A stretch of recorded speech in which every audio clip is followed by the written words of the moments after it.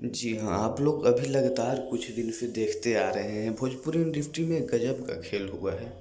कभी पता चलता है कि पवन सिंह खेसारी लाल के दुश्मन है, कभी पता चलता है कि काजल राघवानी खेसारी लाल में अनबन है, तो कभी पता चलता है कि खेसारी लाल रितेश पांडे में अनबन है, तो कभी पता चलता है कि खेसारी लाल और प्रदीप पांडे चिंटू जी में अनबन है।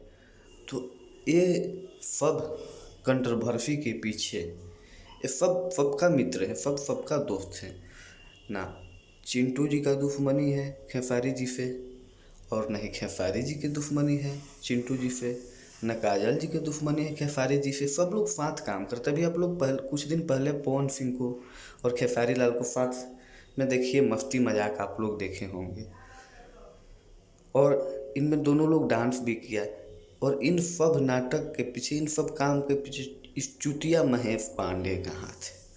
ये जो भी कंट्रोवर्सी करता है, ये चुतिया महेश पांडे जी। खेसारी लाल लाइव आकर बोले थे कि मुझे तूफान पता चला की तरह, तो वो जो भी बोले थे उनको इतना ही डिप्रेशन में डाल देता है। अलग अलग फेक फेक न्यूज बनाकर, एक यूट्यूब चैनल वाला है, मीडिया वाला है, लेकिन ये मीडिया वाला कम है और कुत्ता ज़्यादा है, जिसका नाम है महेश पांडे। एक सबसे बड़ा कुत्ता है, यही सब करवा रहा है।